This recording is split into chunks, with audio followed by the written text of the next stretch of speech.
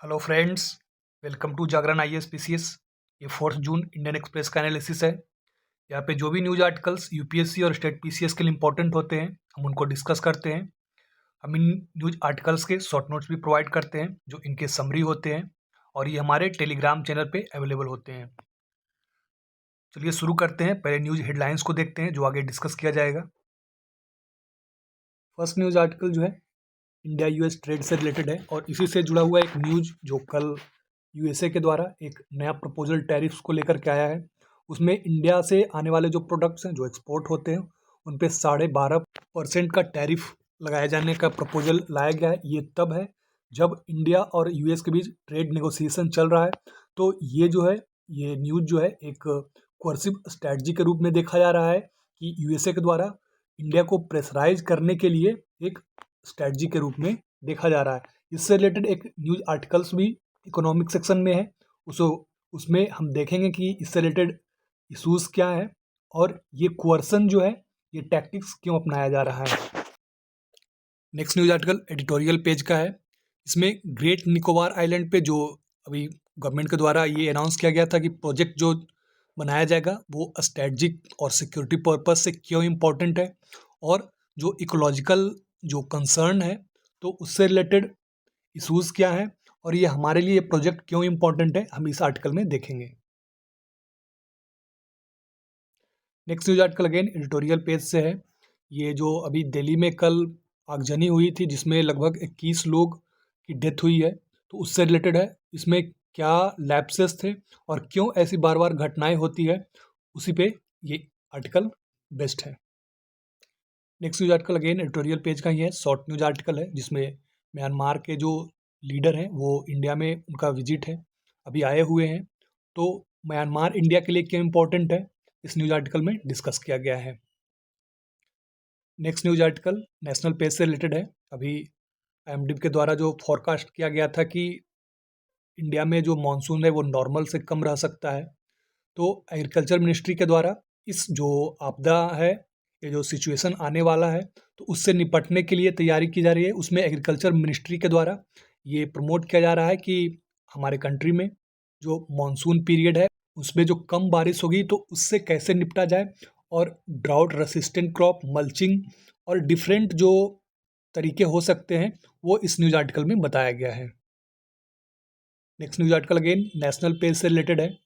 ये Indian railway और उसमें आईआरसीटीसी, उसके द्वारा जो कैंटीन होता है रेलवे में, उसमें जो खाने को लेकर जो प्रॉब्लम होती रहती है, लोग कंप्लेन करते हैं, तो उसके लिए आईआरसीटीसी ने क्या एआई रिलेटेड टूल्स को डिप्लॉय किया है जिससे जो खाने की गुणवत्ता है उसमें इम्प्रूवमेंट होगी। Next news article economic section से है। सेंट्रल गवर्नमेंट ने कल 10,000 करोड़ ये पैकेज का अनाउंस किया है, जिसमें जो ऑयल मार्केटिंग कंपनी है उसको जो ईरान वॉर के कारण लॉसेस हो रहे हैं, और जो एविएशन सेक्टर है वो भी टफ टाइम पीरियड से गुजर रहा है। सो उनके हेल्प के लिए ये 10,000 करोड़ जो है अनाउंस किया गया है। सो इस न्यूज़ आर्टिकल में हम देखेंगे कि ये 10,000 करोड़ जो है कैसे इन सेक्टर्स को हेल्प करेगा और ये टफ टाइम में इस टाइम को टेकल करने में मदद करेगा। First news article economy section से है। अभी इंडिया और यूएस के बीच जो ट्रेड एग्रीमेंट को लेकर के नेगोशिएशन हो रहा है, उस बीच एक नया न्यूज़ आया है जिसमें यूएसए के द्वारा जो टैरिफ को लेकर के नया प्रपोजल लाया गया है। उसमें जो इंडिया और लगभग 53 कंट्रीज़ के ऊपर, इन कंट्रीज़ से जो वस्तु एक्सपोर्ट होती है उन पर 12.5% का बेस लाइन टैरिफ लगाया गया है। कहने का मतलब कि ये टैरिफ जो है एज अ बेस होंगे, और इसमें से कुछ जो है इशूज़ यूएसए के द्वारा बताया गया है जिसकी वजह से ये टैरिफ जो है लगाया गया है। बाकी दूसरे कंट्रीज़ के ऊपर जो टैरिफ है वो 10% का है। और ये भी कहा गया है कि अगर जो वो इशूज़ है उन इन्वेस्टिगेशन में अगर फॉल्ट पाया जाता है, मतलब कि इशूज़ पाया जाता है इन्वेस्टिगेशन के दौरान, तो ये फिर बेस लाइन से ज़्यादा भी टैरिफ हो सकता है। बट मेन इंपॉर्टेंट बात यहाँ पे देखने वाली ये है कि इंडिया और यूएस के बीच जो ट्रेड नेगोशिएशन है वो चल रहा है, और ये कहा जा रहा है कि लगभग 90% ये कंप्लीट हो चुका है। फिर इस समय इस तरह के जो मेजर्स या इस तरह के प्रपोजल लाना, तो इसको कैरेट एंड स्टिक, इस तरह का जो स्ट्रैटेजी है गवर्नमेंट के द्वारा, यूएस गवर्नमेंट के द्वारा, उस तरह से देखा जा रहा है ताकि इंडिया को जो ट्रेड डील हो रहा है उसमें प्रेशराइज किया जाए और जो जिन डिमांड को इंडिया पहले एक्सेप्ट नहीं कर रहा था, जो यूएस के डिमांड्स थे, तो अभी जो इकोनॉमिक सिचुएशन है उसका फ़ायदा लेकर ये कोअर्सिव मेजर्स को लाया गया है, इस रूप में इसको देखा जा रहा है। सो इसका बैकग्राउंड भी समझना ज़रूरी है। इससे पहले जो यूएसए के द्वारा आप जानते होंगे 50% टैरिफ लगाया गया था, उसके बाद टैरिफ को रिड्यूस करके 18% तक किया गया। उसके बाद सुप्रीम कोर्ट की, यहाँ के जो यूएसए के सुप्रीम कोर्ट है, उनकी एक रूलिंग आई थी कि जो ये टैरिफ्स लगाए जा रहे हैं यूएसए गवर्नमेंट के द्वारा, ट्रम्प एडमिनिस्ट्रेशन के द्वारा, वो जो है वैलिड नहीं है और वहाँ जो है इसको कोर्ट में चैलेंज किया गया था और कोर्ट के द्वारा ये कहा गया था कि इस तरह के आर्बिट्ररी रेसिप्रोकल टैक्स, मतलब कि बिना कोई एविडेंस के आप किसी दूसरी कंट्री पे सिर्फ इसलिए टैक्स लगा रहे हैं बिकॉज उस कंट्री के दूसरे प्रोडक्ट पे कुछ टैरिफ्स को लेकर के इशू चल रहा है। सो इसके बाद ये जो सुप्रीम कोर्ट का रूलिंग आया था यूएसए के सुप्रीम कोर्ट का, उसके बाद ये यूएसए गवर्नमेंट ने अपना दूसरा रास्ता अपनाया है। उसी वर्सन को, उसी स्ट्रेटजी को इन्होंने दूसरे रास्ते के जरिए अपनाने का ये तरीका अपनाया है। उसमें क्या कहा गया है कि ये जो 12.5% का टैरिफ लगाया गया है उसमें दो बेसिस है। फर्स्ट बेसिस है फोर्स लेबर और सेकंड बेसिस है एक्सेसिव कैपेसिटी प्रोब्स। ये क्या होता है? तो यूएसए का कहना है कि कुछ कंट्रीज जैसे कि इंडिया, चाइना और दूसरे कंट्रीज जहाँ की लेबर जो है फोर्स लेबर है और ये फोर्स लेबर की वजह से ये लेबर जो है चीप हो जाता है और फिर जो इंडिया में प्रोडक्ट मैन्युफैक्चर होता है या प्रोडक्ट प्रोड्यूस होता है वो जो है दूसरे कंट्रीज की अपेक्षा चीप होते हैं और दूसरे मार्केट्स में वो इन्वेड करते हैं। सो ये तर्क दिया गया है। दूसरा जो है excessive capacity probes. Excessive capacity mainly ये चाइना से ओरिएंटेड है, चाइना से लिंक है। एक्सेसिव कैपेसिटी कहने का मतलब है कि जब गवर्नमेंट जो है सब्सिडीज़ देती है और जो डिमांड है उस कंट्री की और इवन जो वो कंट्री एक्सपोर्ट करता है, जैसे कि चाइना जो एक्सपोर्ट करता है, तो उसके लिए जितना डिमांड है उससे कहीं अधिक प्रोड्यूस किया जाता है। इसी को एक्सेस कैपेसिटी कहा जाता है। सो जब एक्सेस कैपेसिटी में चीज़ें प्रोड्यूस होगी तब ऑटोमेटिकली है कि जो एक्सेस या सरप्लस बचेगा उसको कम दामों पे एक्सपोर्ट कर दिया जाएगा, डंप कर दिया जाएगा। सो यही जो दो ग्राउंड है इसको बेसिस रख के ये 12.5% का टैरिफ ये प्रपोजल लाया गया है जो कि जुलाई से इसको लागू किया जाएगा। तो जैसा कि मैंने पहले बताया, ये जो टैक्टिक्स या स्ट्रैटजी है, जो ट्रेड नेगोशिएशंस चल रहे हैं उसमें जो यूएसए के डिमांड है उसको एक्सेप्ट करवाने के लिए इस तरह के प्रपोजल या इस तरह के टैक्सेस, टैरिफ लाए गए हैं। उसके बाद जो दूसरा इम्पोर्टेंट चीज़ देखने वाली बात यह है कि इंडिया के लिए क्या ये क्यों ट्रेड डील इम्पोर्टेंट है, इंडिया क्यों ये एक्सेप्ट कर सकता है और इससे इंडिया को क्या परेशानी हो सकती है। तो जैसा कि आप न्यूज़ में देख रहे होंगे कि इकोनॉमी में जो वेस्ट एशिया वॉर है या फिर जो रुपी को लेकर के हमारी कंसर्न है उसमें रुपी डिप्रिसिएशन हो रहा है। एफ पी आई ये आउटफ्लो, मतलब कि इंडिया से जो फॉरेन इन्वेस्टमेंट है वो उसका आउटफ्लो हुआ है, तो उसके वजह से और रुपी पे दबाव पड़ रहा है और हाई ऑयल प्राइसेस इसके वजह से भी रुपी पे दबाव पड़ रहा है। तो तब जब इकोनॉमिक सिचुएशन जो है टफ टाइम से गुजर रहा है उस समय इस तरह के कोअर्सिव मेजर्स को अपना करके, इस तरह के प्रेशर टेक्निक्स को यूज करके अमेरिका जो है वो अपने जो ट्रेड नेगोशिएशन है उसको फाइनलाइज होने के पहले इस तरह के मेजर्स को अपना रहा है। सो यहाँ पे जो मेन इशू है जहाँ पे पेच फंसता है, मतलब जो यूएसए का डिमांड है वो मेन है एग्रीकल्चर। बिकॉज एग्रीकल्चर जो है वल्नरेबल सेक्टर होता है, हमारे किसान जो है उस पर डिपेंडेंट होते हैं और अगर कोई ऐसा एग्रीमेंट हो जाता है तो जो फार्मर्स है इसका असर पड़ेगा। तो आने वाले समय में ये देखना ये इम्पोर्टेंट होगा कि किस तरह से ये डील जो है ट्रेड डील इंडिया यूएस के बीच आगे बढ़ता है और इंडिया किस हद तक इस प्रेशर को एब्जॉर्ब करता है और इस टफ इकोनॉमिक टाइम्स में अपने नेशनल इंटरेस्ट को आगे रखते हुए ये ट्रेड डील करता है। सो इस न्यूज़ आर्टिकल में जो आपके लिए इम्पोर्टेंट चीज़ें हैं वो force labour, excessive capacity prove, ये जो ट्रेड नेगोशिएशन में लीवरेज है, टैरिफ कोअर्सन, उसके बाद जो इकोनॉमिक सिचुएशन है, एफआईआई, आउटफ्लो, रुपी डिप्रिसिएशन। सो ये सब जो इफेक्ट है और इसके जो कॉज है, ये सब आपके लिए इन सबको समझना इंपॉर्टेंट हो जाता है। आगे बढ़ते हैं next news article. Next news article editorial page का है। ग्रेट निकोबार प्रोजेक्ट गवर्नमेंट के द्वारा कुछ समय पहले अनाउंस किया गया था इस प्रोजेक्ट को। इसमें जो निकोबार आइलैंड है, अंडमान एंड निकोबार आइलैंड का जो पार्ट है निकोबार आइलैंड, वहाँ सिक्योरिटी और ट्रेड, इससे रिलेटेड जो इंफ्रास्ट्रक्चर है उसको डेवलप किया जाएगा, ताकि हमारा जो जोग्राफिकल लोकेशन है उस जोग्राफिकल लोकेशन का बेनिफिट या एडवांटेज इस प्रोजेक्ट के ज़रिए हम ले सकें। और वो भी तब जब ईरान वॉर और जो स्टेट ऑफ हुर्मुज जैसा जो चोक पॉइंट है, वो जब इस तरह के इन्फ्लुएंस से वो जब पूरी दुनिया के ट्रेड को प्रभावित करता है, पूरी दुनिया को इकोनॉमी को प्रभावित करता है, तो ये प्रोजेक्ट हमारे लिए कितना इम्पोर्टेंट है आप समझ सकते हैं। सबसे पहले देखते हैं कि ये प्रोजेक्ट हमारे लिए इम्पोर्टेंट क्यों है। सो ये मैप है, ये हमारा यहाँ पे निकोबार आइलैंड है। ये जो इम्पोर्टेंट स्टेट है मलक्का स्टेट, यहाँ पे सुंडा स्टेट और ये लॉम्बॉक स्टेट। सो ये स्टेट जो है छोटे चोक पॉइंट्स हैं, नैरो चोक पॉइंट है, जिससे जो ग्लोबल ट्रेड है वो प्रभावित होता है। और लगभग ये जो मलक्का स्ट्रेट है, इससे लगभग 1 लाख शिप्स हर एक ईयर गुजरते हैं और जो ट्रेड है वो इसके ज़रिए होता है। सो ये हमारा निकोबार आइलैंड जो है ये मलक्का स्टेट के काफ़ी नज़दीक है। जो भी ट्रेड यूरोप से अफ्रीका और सुएज कनाल और फिर इंडियन ओशन और फिर ये मलक्का स्टेट से होते हुए ईस्ट एशियन कंट्रीज़ की ओर जाता है। सो ये मलक्का स्टेट काफ़ी इम्पोर्टेंट हो जाता है।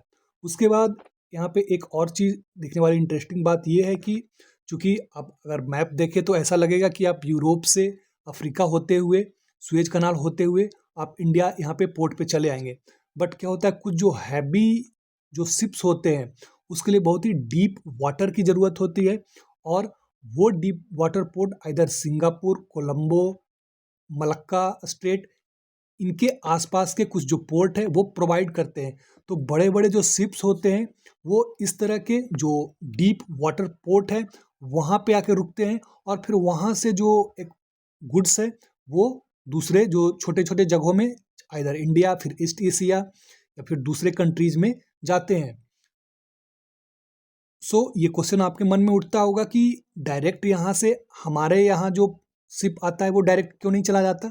तो बहुत सारे शिप्स आते हैं, बट कुछ शिप्स जो डीप वाटर की ज़रूरत है, जो बड़े शिप्स होते हैं वो पहले इधर सिंगापुर, कोलंबो जो डीप वाटर पोर्ट है वहाँ पे उतरते हैं, और फिर वहाँ से सामान को कंट्रीज़ के डिफरेंट पार्ट में पहुँचाया जाता है, मतलब डिफरेंट कंट्रीज़ में पहुँचाया जाता है या फिर कंट्रीज़ के पोर्ट पे पहुँचाया जाता है। सो एक तो है कि हमारी ज़रूरत क्या है, उसके बाद जो एशियन कंट्रीज है, ईस्ट एशियन कंट्रीज है, उनका ट्रेड इस मलक्का स्टेट से होकर गुजरता है। और ये निकोबार जो हमारा आइलैंड है वो मलक्का स्टेट के काफ़ी नज़दीक है। सो गवर्नमेंट ने देखा कि ये स्ट्रेटजिक पॉइंट है और इस स्ट्रेटजिक पॉइंट का एडवांटेज हमारे फेवर में होना चाहिए। सो इस तरह के प्रोजेक्ट को गवर्नमेंट ला रही है। इस प्रोजेक्ट का कंपोनेंट क्या है ये देखते हैं। तो इसमें transshipment port, airport, township, power plant, इन सबको डेवलप किया जाएगा। ट्रांसशिपमेंट पोर्ट क्या है, जब फॉरेन गुड्स या सर्विसेज जब इंपोर्ट होकर के आती है या एक्सपोर्ट होती है तो इस तरह के पोर्ट पे पहले उतरती है, और उस पोर्ट से जो डिफरेंट पार्ट ऑफ किसी भी कंट्री के डिफरेंट पार्ट में जाती है।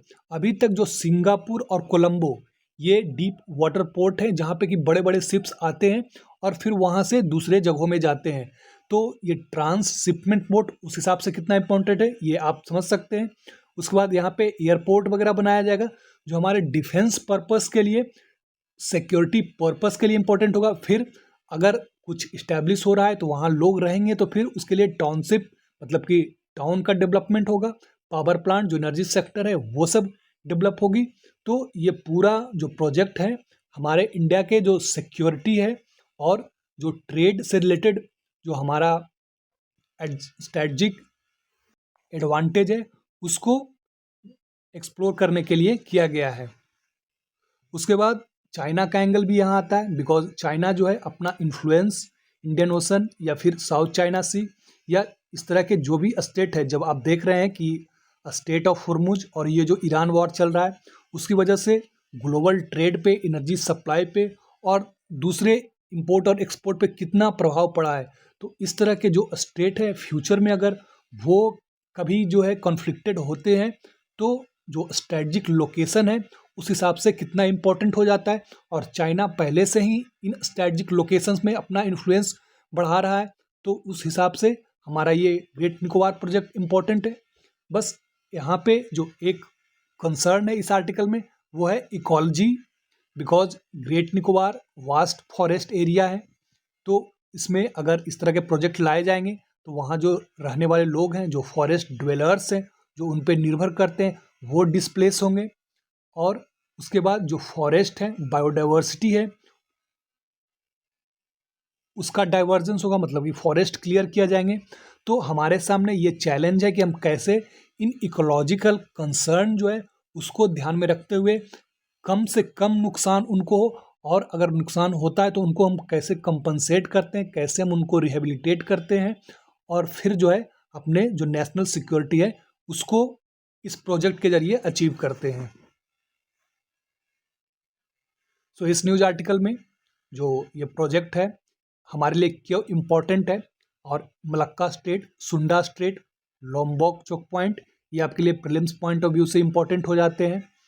इसका क्या इम्पोर्टेंस है वो आप अपने मेंस पॉइंट में ऐड कर सकते हैं, और इससे रिलेटेड जो चैलेंजेज है, जो इशूज़ है, वो आप मेंस पॉइंट में ऐड कर सकते हैं। आगे बढ़ते हैं next news article. Next news article again editorial page का है। दिल्ली में एक कल अनफॉर्चुनेट इंसिडेंट हुआ है जिसमें लगभग 21 पीपल मारे गए हैं, और ये आगजनी की घटना थी। इस तरह की घटनाएं लगभग होती ही रहती है, और हम तब जागते हैं, तब जो है खड़े होते हैं जब इस तरह की घटना होती है। बिकॉज अभी कुछ दिन पहले ही जो साउथ दिल्ली है वहाँ एक बिल्डिंग के कोलैप्स होने से लगभग 6 मेडिकल स्टूडेंट, वो उनकी डेथ हो गई थी।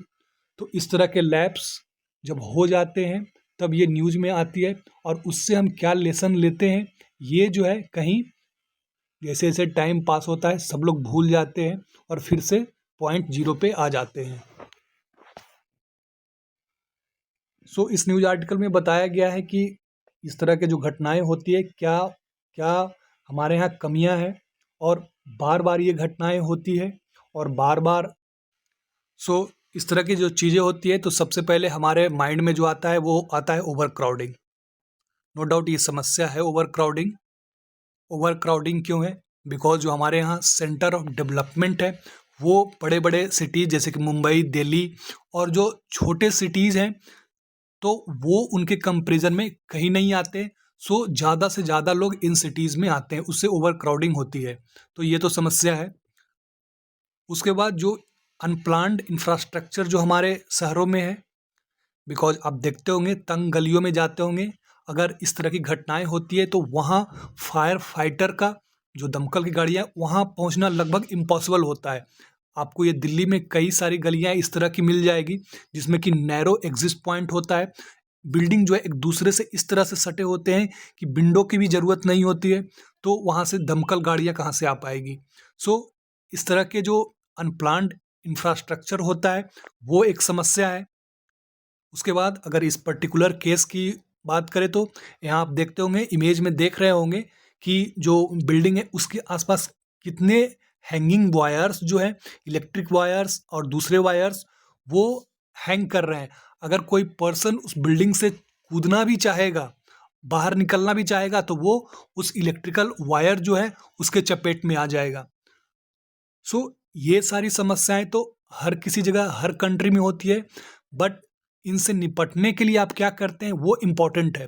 तो ऐसा नहीं है कि इनसे रिलेटेड जो रूल्स एंड रेगुलेशंस है वो नहीं है। आप बार बार पढ़ते होंगे कि रूल्स एंड रेगुलेशन तो है, बहुत सारे रूल्स एंड रेगुलेशन है, बट इनको इम्प्लीमेंट करने के लिए जो मैकेनिज्म होना चाहिए, जो बिल होना चाहिए, वो हमारे पास नहीं है। ये घटनाएं होती है, हम खड़े होते हैं, उसके बाद कुछ दिनों बाद भूल जाते हैं। सो इस तरह के जो घटनाएं होती है उसके लिए रूल्स एंड रेगुलेशन है, जैसे कि नेशनल बिल्डिंग कोड। तो इसमें बताया जाता है कि क्या मापदंड होने चाहिए, किस तरह से बिल्डिंग को बनाया जाना चाहिए, फायर सेफ्टी कंसर्न को ध्यान में रखते हुए। बट चूंकि वो रूल्स एंड रेगुलेशन है, उसके बाद लोअर लेवल पर करप्शन, और वहाँ जो है लोग ब्राइब दे करके अपना जो है काम निकलवा लेते हैं। और इस जो बिल्डिंग है इसमें जिसमें फायर लगी है उसमें 6 रूम इतना का उसको अलाउंस किया गया था, और इस कैपेसिटी से कहीं ज़्यादा वो रूम उसमें एज अ रेंट दिया जा रहा था।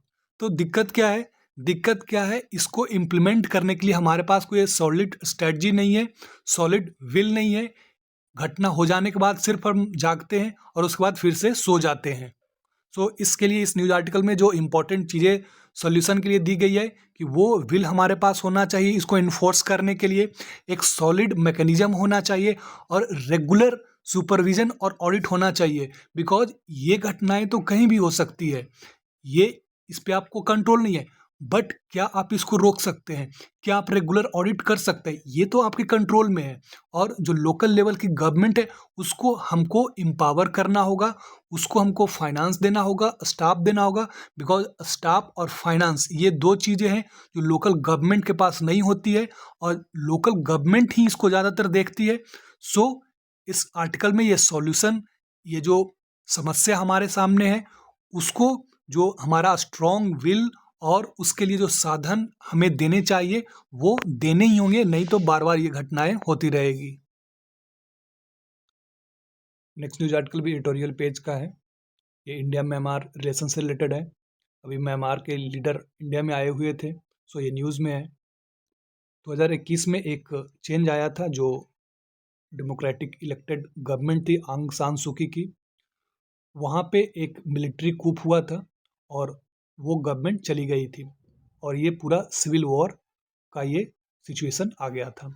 उसके बाद हमारे लिए क्या कंसर्न था इस सिविल वॉर और ये सब डेवलपमेंट से, जो वहाँ के रिफ्यूजीज़ थे, जो जब सिविल वॉर होता है तो वहाँ के लोग दूसरे कंट्रीज़ में रिफ्यूज लेते हैं बिकॉज उनको जान का खतरा होता है।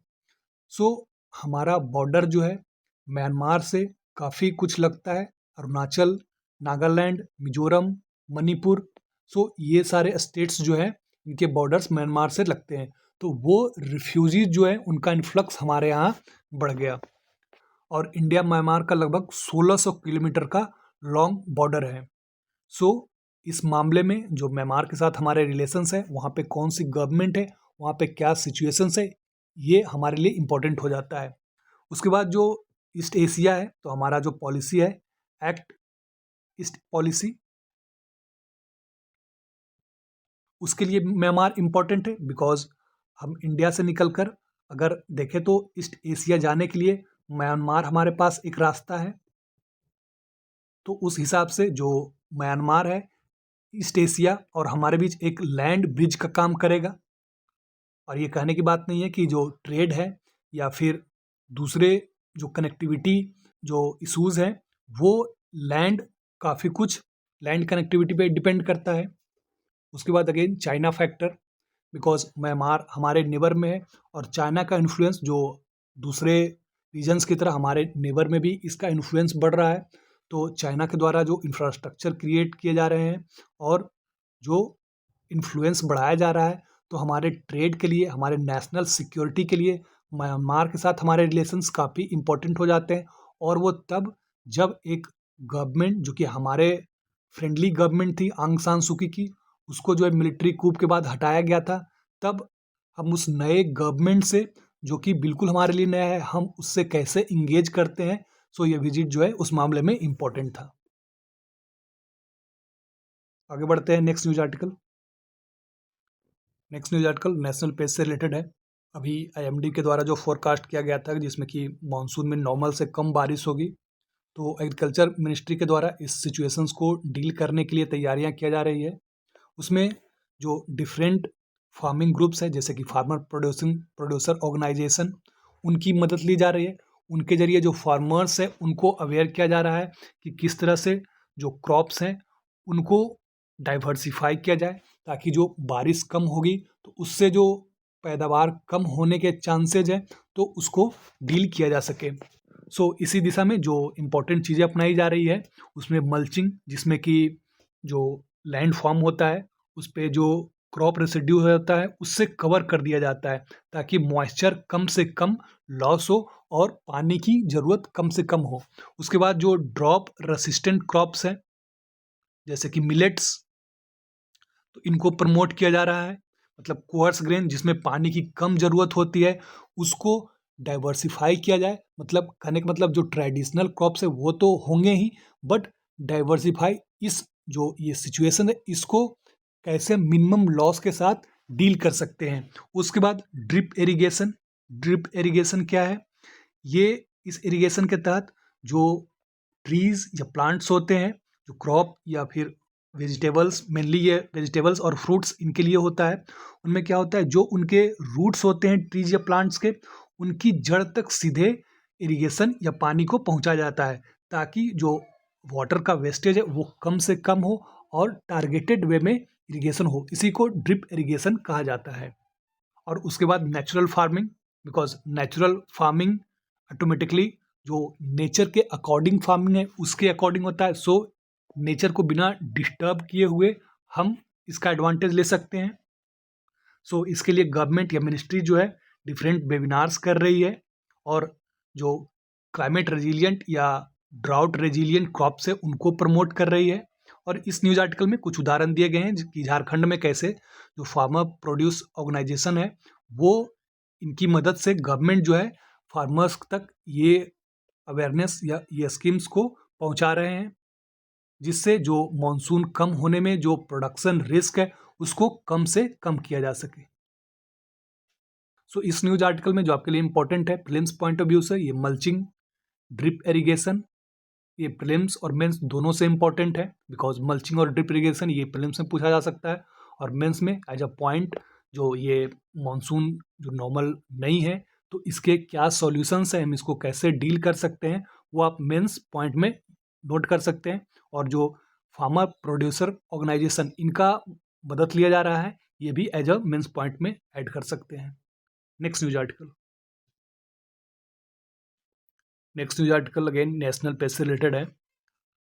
इंडियन रेलवे में आईआरसीटीसी जो कि इंडियन रेलवे में कैंटीन और फूड इनके लिए जिम्मेवार होती है। आईआरसीटी ये हमेशा कंप्लेन रहता है, लोग कंप्लेन करते हैं कि जो रेलवे का फूड है वो खाने लायक नहीं होता है। बहुत सारे इश्यूज रोज जो है चर्चा में आते रहते हैं। तो यहाँ पर एक पॉजिटिव न्यूज़ ये है कि आईआरसीटीसी के द्वारा एक मॉनिटरिंग सिस्टम को लॉन्च किया गया है, और ये पहले ही लॉन्च किया गया है। इससे जो नोट करने वाली बात है वो इस आर्टिकल में बताया गया है कि आईआरसीटीसी जो है कैसे एआई का यूज करके जो फूड जो बनाए जा रहे हैं उसको मॉनिटर कर रही है। इसमें कैमरे की मदद से जो कैंटीन है उसमें कैमरा सीसीटीवी लगाया जाता है, और उसमें एआई टूल्स के ज़रिए ये मॉनिटर किया जाता है कि जो एम्प्लॉय उसमें वर्क कर रहे हैं वो सही तरीके से ग्लोव्स, हेयर नेट कहने का मतलब जो आप बालों पे ऊपर लगाते हैं ताकि जो हेयर्स हैं वो फूड में न गिरे। उसके बाद रोडेंट और छोटे-छोटे जो कीट वगैरह हैं या इंसेक्ट हैं वो कई बार खाने में पाए जाते हैं, तो उनको भी ये एआई टूल्स जो है डिटेक्ट करता है। और जो अगर सेफ्टी मेजर्स अगर नहीं होता है, जैसे कि ग्लोव्स, अगर ग्लोव्स जो है प्रॉपर अगर एम्प्लॉय बियर नहीं किया हुआ रहता है तो एआई टूल जो है एक अलार्म जो है जो फूड मैनेजर है उसके पास जाता है, और फिर वो फूड मैनेजर उस पर वर्क करता है। जो फूड का हाइजीन है उसको इंश्योर किया जाए, उस मामले में ये टूल जो है इम्पॉर्टेंट है। और इसमें ये भी है कि अगर मैनेजर टाइम पे वर्क मतलब कि एक्शन नहीं लेता है तो 2 आवर्स के अंदर उसके अगेंस्ट एक्शन लिया जा सकता है। आईआरसीटीसी जो है इस तरह से जो फूड है उसको मॉनिटर कर रही है। ये वैसे तो इम्पोर्टेंट नहीं लगता, बट इस तरह के जो एग्जाम्पल्स हैं आप अपने मेंस पॉइंट में ऐड कर सकते हैं।